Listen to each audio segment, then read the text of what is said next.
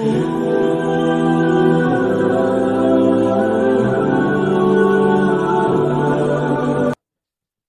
2 ہجری میں بڑا مارکا پیش آیا۔ اللہ کے حبیب صلی اللہ علیہ وسلم کو اطلاع ملی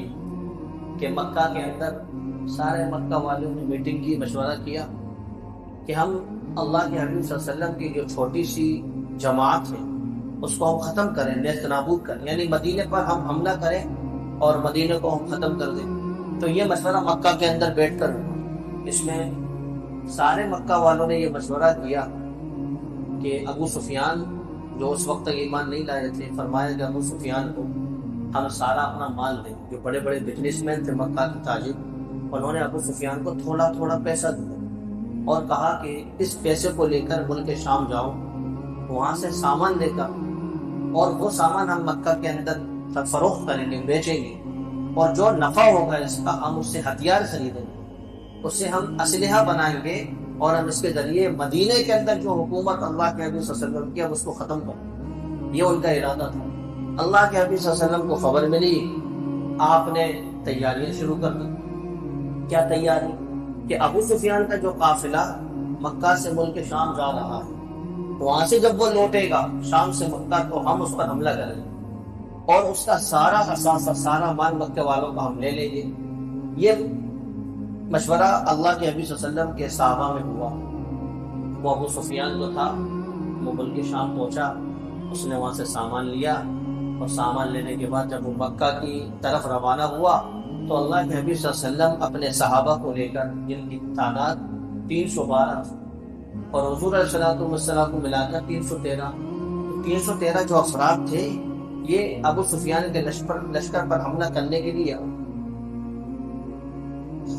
مکہ سے، مدینے سے چند میل کے فاصلے پر ایک جگہ ہے، اس کا نام ہے مقام بدر۔ ایک بدر ایک کنویں کا نام ہے، اس لیے جہاں پر یہ جنگ ہوئی ہے اس کو کہتے ہیں جنگ بدر۔ تو اللہ کے حبیب صلی اللہ علیہ وسلم اپنے صحابہ کو لے کر گئے۔ اچھا، صحابہ کے پاس اسباب نہیں تھے، وسائل نہیں تھے۔ روایتوں میں آتا ہے کہ 70 اونٹ تھے، 2 تلواریں، 8 تلواریں تھیں، 6 زرہ تھیں، 8 گھوڑے تھے، اور اللہ کے حبیب صلی اللہ علیہ وسلم کے ساتھ ایک مٹھی پر جماعت تھی۔ تو جب آپ وہاں پہنچے مقام بدر پر، تو ابو سفیان کا جو قافلہ تھا وہ تو بچ کر نکل گئے، اور مکہ والوں کو خبر مل گئی کہ ابو سفیان کے قافلے پر حضور حملہ کرنے والے، تو وہاں سے بھی فوج تیار ہو گئی۔ تو مکہ میں بڑے بڑے بہادر جو تھے، انہوں نے اس جنگ میں حصہ لینے کے لیے 3000 کا لشکر تیار کیا مکہ والوں نے، کہ ہم اپنے لشکر کو اور اپنی جماعت کو ہم بچائیں، ابو سفیان کا جو قافلہ تھا ہم اس کو بچائیں۔ ادھر اللہ کے حبیب صلی اللہ علیہ وسلم ابو سفیان کے قافلے پر حملہ کرنے کے لیے نکلے۔ ابو سفیان کا جو قافلہ تھا وہ تو بچ کر نکل گیا، لیکن اللہ تبارک و تعالیٰ نے مکہ کی فوج جو 3000 کی تھی اور یہاں 313، ان کو آپس میں ٹکرا۔ یہ نبی علیہ الصلوۃ والسلام جنگ کے ارادے سے مدینہ سے نہیں نکلے۔ آپ کا ارادہ جنگ کا نہیں تھا کہ ہم لڑیں، آپ کا ارادہ صرف اتنا تھا کہ ابو سفیان کا جو قافلہ ہے اس میں جو مال لگا ہے مکہ والوں کا، ہم اسے لیں گے۔ اس سے کیا ہوگا؟ مکہ والوں کی شان و شوکت ختم ہوگی، ان کا زور ختم ہوگا، اور ان کا کبر ختم ہوگا، ان کو پریشانی لاحق ہوگی، ان کا زور ختم ہوگا۔ یہ مقصد تھا۔ لیکن اللہ تبارک و تعالیٰ نے اسلام کی شان و شوکت کو دکھلانے کے لیے ایک کمزور جماعت کو ایک بڑی جماعت سے بھروا دیا۔ ابو سفیان تو چلا گیا اپنے رشتہ، لیکن جو مکہ سے آئے تھے 3000، اس میں ابو جہل، ابو لہب، عتبہ، شیبہ، ولید، بڑے بڑے سردار سب تھے۔ انہوں نے کہا چلو اب ہم آئی گئے ہیں مقام بدر تک، تو ہم مدینہ والوں سے نمٹ لیں، اور مدینہ والے ہیں کتنے؟ 313، ہم انہیں ختم کریں گے اور ختم کر کے ہی مکہ جائیں گے۔ اب اللہ کے حبیب صلی اللہ علیہ وسلم مدینہ سے نکلے تو وہ سامنے آ گئے مقام بدر پر پہنچ کر، مکہ والے مکہ سے نکلے وہ بھی مقام بدر پر پہنچ کر سامنے آئے۔ ابو سفیان کا قافلہ تو چلا گیا، لیکن اللہ تبارک و تعالیٰ نے کفر کو اور اسلام کو آپس میں بھڑوا دیا۔ ایک طرف باطل، ایک طرف حق، ایک طرف روشنی، ایک طرف اندھیرا، ایک طرف جانثار صحابہ جو ایمان کی قسمیں کھا رہے ہیں، ایک طرف لات، عزا اور منات کے پجاری۔ اللہ تبارک و تعالیٰ نے دونوں کو بھڑوا دیا۔ اب جو مقام بدر تھا اس کی جو حالت ہے آپ دیکھیں، مقام بدر کی، میدان بدر کی جو حالت ہے تو اللہ کے حبیب صلی اللہ علیہ وسلم کے آنے سے پہلے جو مکہ کی فوج تھی اس نے ایسی جگہ کا انتخاب کیا جو فراز پر تھی، اونچائی پر، تاکہ ہم وہاں رہیں تو ہمیں کچھ فائدہ ہو فوجی مہم کے اعتبار سے۔ اللہ کے حبیب صلی اللہ علیہ وسلم کا لشکر جب پہنچا تو ان کے حصے میں نشیبی یعنی نیچے والی زمین آئی، لیکن اللہ تبارک و تعالیٰ نے اس رات بارش، اور بارش سے کیا ہوا کہ جو زمین حضور کریم صلی اللہ علیہ وسلم کی فوج کے پاس تھی وہ مضبوط ہو، بارش کی وجہ سے اس کی مٹی جمی، اور جو ان کے پاس تھی کفار مکہ کے پاس، اللہ تبارک و تعالیٰ نے بارش کی وجہ سے اس میں دلدل پیدا کی، اس میں کیچڑ ہوا، ان کے پاؤں، ان کے لشکر کے پاؤں، ان کے گھوڑے دھسنے لگے۔ تو اللہ تبارک و تعالیٰ نے پہلی مدد یہ کی جنگ بدر کے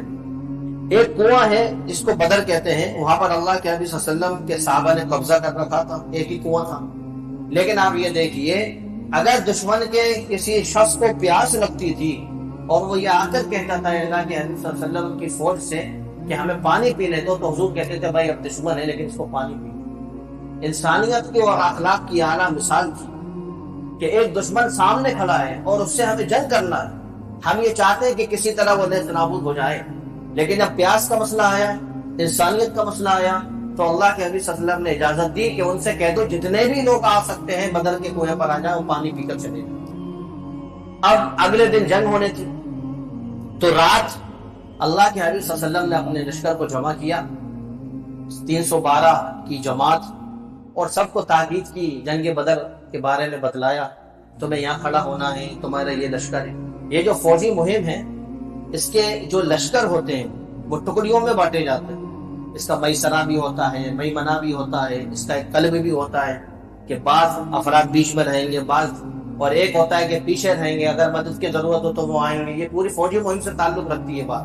تو اللہ کے حبیب صلی اللہ علیہ وسلم نے سب کو اپنی جگہ بتائی رات میں، اور سارے صحابہ، اور بارش چل رہی ہے ابھی، اور سارے صحابہ آرام کر رہے ہیں سوائے اللہ کے حبیب صلی اللہ علیہ وسلم، سارے صحابہ آرام کر رہے ہیں سوائے اللہ کے حبیب صلی اللہ علیہ وسلم۔ آپ کے لیے ایک مسجد بنائی گئی جسے مسجد عریس کہتے ہیں، بدر کے میدان میں اس کو مسجد عریس کہتے ہیں۔ تو اللہ کے حبیب صلی اللہ علیہ وسلم رات بھر اللہ کے حضور دعائیں کرتے رہے، رات بھر اللہ کے حضور دعائیں کرتے رہے۔ اب آپ ذرا غور کرو، ایک نبی جس کو ساری کائنات سے افضل بتایا گیا، سارے نبیوں کو نبوت انہی کے طفیل ملی ہو، اتنے عظیم الشان نبی، لیکن جنگ بدر میں صرف اللہ کے بھروسے نہیں آئے، بلکہ جتنے بھی اسباب وہ کر سکتے تھے، تلواریں جتنی بھی تھیں، سرہ جتنی بھی تھیں، گھوڑے جتنے بھی تھے، اونٹ جتنے بھی تھے، سارے کے سارے لے کر اللہ کے نبی صلی اللہ علیہ وسلم میدان جنگ میں، یہ بتانے کے لیے کہ صرف اسباب کو چھوڑ کر اللہ پر بھروسہ کرنا بے وقوفی اور اپنی جان کو ہلاکت میں ڈالنا ہے، اور اسباب پر توکل کر کے اللہ کو چھوڑنا یہ محرومی کی بات۔ یہ حضور یہ بتانا چاہتے ہیں امت، حضور یہ سمجھانا چاہتے ہیں۔ آج دنیا دارالاسباب ہے، یہاں اسباب کے ساتھ سارے کام ہوتے ہیں۔ ہاں مسبب الاسباب اللہ تعالیٰ ہے، وہ اسباب کو اسباب بنانے کی طاقت اس کے ہاتھ میں، وہ چاہے تو سبب کو سبب نہ بنائے، وہ چاہے تو بے سبب چیزوں کو بھی تمہارے لیے سبب بنا دے۔ حضور علیہ السلام میدان جنگ میں آئے تلواریں لے کر، جو ان کے پاس کم تھی لیکن لے کر آئے، ان کے پاس زرے کم تھی لیکن لے کر آئے، اونٹ کم تھے لیکن لے کر آئے، جتنی بھی طاقت قوت استطاعت ہو سکتی تھی آپ علیہ السلام لے کر میدان جنگ میں آئے، یہ بتانے کے لیے پھر رات میں اللہ کے سجود سجدہ سجود ہوئے اللہ کی بارگاہ میں، اور پھر دعا کری، یہ بتانے کے لیے کہ اسباب کو ساتھ لے کر اللہ پر بھروسہ کرنے والا مومن ہوتا ہے،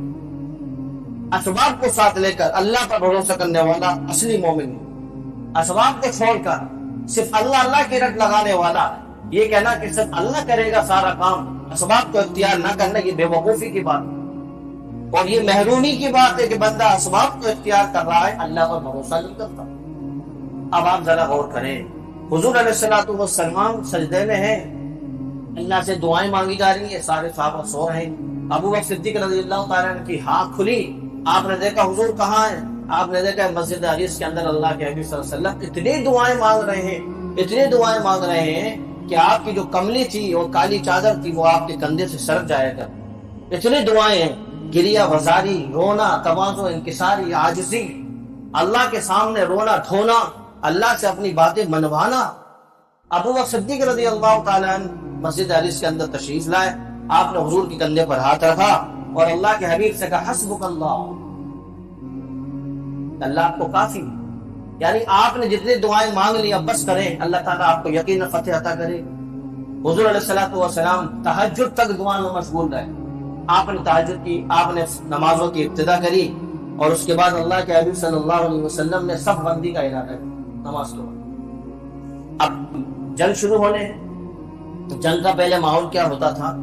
کہ جو دشمن فوج ہوتی تھی وہاں سے ایک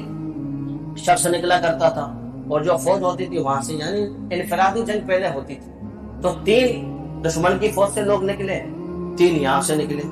تو انہوں نے کہا کہ اے اللہ کے حبیب، اے محمد صلی اللہ علیہ وسلم، ہماری قوم کے لوگوں کو بھیجو،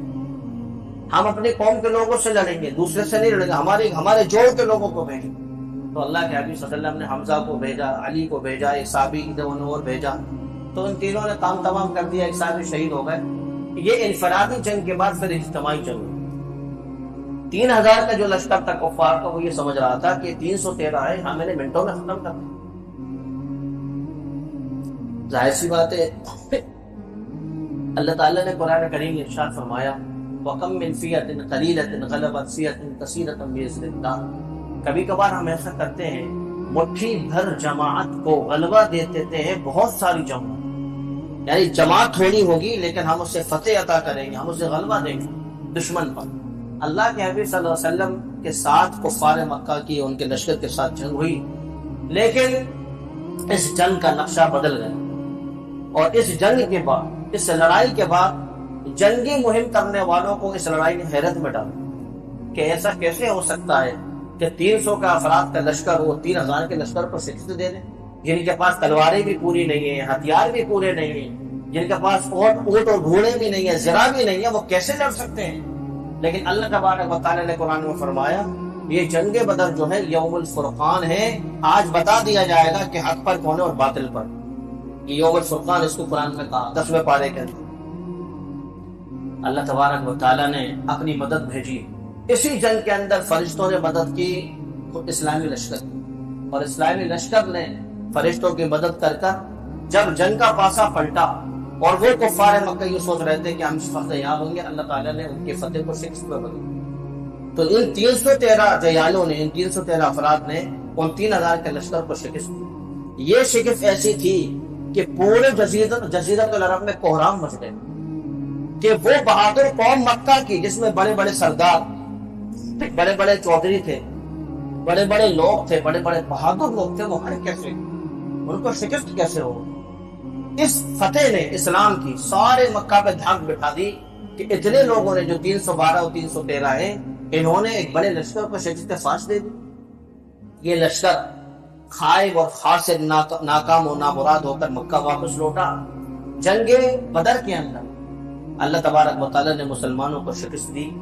اور جو جنگ بدر کے اندر شہید ہوئے اللہ تعالیٰ نے انہیں شہادت کا درجہ دیا، اور شہادت بڑا مقام و بڑا مرتبہ رکھتا ہے۔ اور جو بدر میں قتل ہوئے،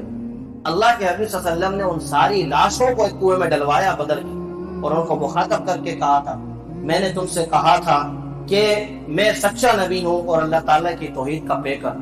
لیکن تم نے سنا نہیں، تم نے مانا نہیں۔ پھر ساروں کی لاشیں بدر میں اللہ کے نبی صلی اللہ علیہ وسلم نے ڈلوا دی، یہ بتانے کے لیے کہ جو اللہ تبارک و تعالیٰ کا غلام نہیں ہوتا اس کو بندوں کا غلام ہونا پڑتا۔ پھر جو قیدی بدر کے تھے قید ہو کر آئے، 26 یا 27 یا 30 قیدی تھے، وہ قید ہو کر آئے۔ مشورہ کیا گیا ان قیدیوں کے ساتھ کیا کریں؟ عمر بن خطاب نے کہا قتل کر دیا جائے، ابو بکر صدیق نے کہا فدیہ لے کے چھوڑ دیا جائے۔ اللہ کے حبیب صلی اللہ علیہ وسلم نے فدیہ لے کر سب کو چھوڑا، اور جو پڑھنا لکھنا جانتے تھے ان سے کہا کہ آپ ہمارے جو قیدی پڑھنا لکھنا جانتے ہیں وہ دوسرے بچوں کو پڑھائیں۔ یعنی آپ دیکھیں قیدی جو پڑھنا لکھنا جانتے تھے ان سے کہا کہ آپ کس فن کے ماہر؟ انہوں نے کہا ہم اس فن کے ماہر ہیں، تو آپ اپنے علم کو دوسروں تک پہنچائیں، دوسروں تک یہ بات پہنچائیں گے، دوسروں کو آپ پڑھائیں۔ یہ قیدیوں کے ساتھ اللہ کے نبی صلی اللہ علیہ وسلم نے ایک معاملہ اور سلوک کیا۔ اب یہ جب لشکر مکہ پہنچا تو وہاں تو کوہرام مچ گئے، اتنا بڑا کوہرام مچا، کسی کا باپ اس میں مارا، کسی کا بیٹا اس میں مارا، اور کسی کا ماموں، کسی، یعنی پورے مکے میں کوہرام مچا کہ مسلمانوں نے اتنے بڑے لشکر کو شکست کیسے دے دی۔ یہ ہجرت کا دوسرا سال جہاں جنگ بدر کے ذریعے اللہ تبارک و تعالیٰ نے نبی علیہ الصلوۃ والسلام کو اور اسلام کو شان و شوکت عطا فرمائی۔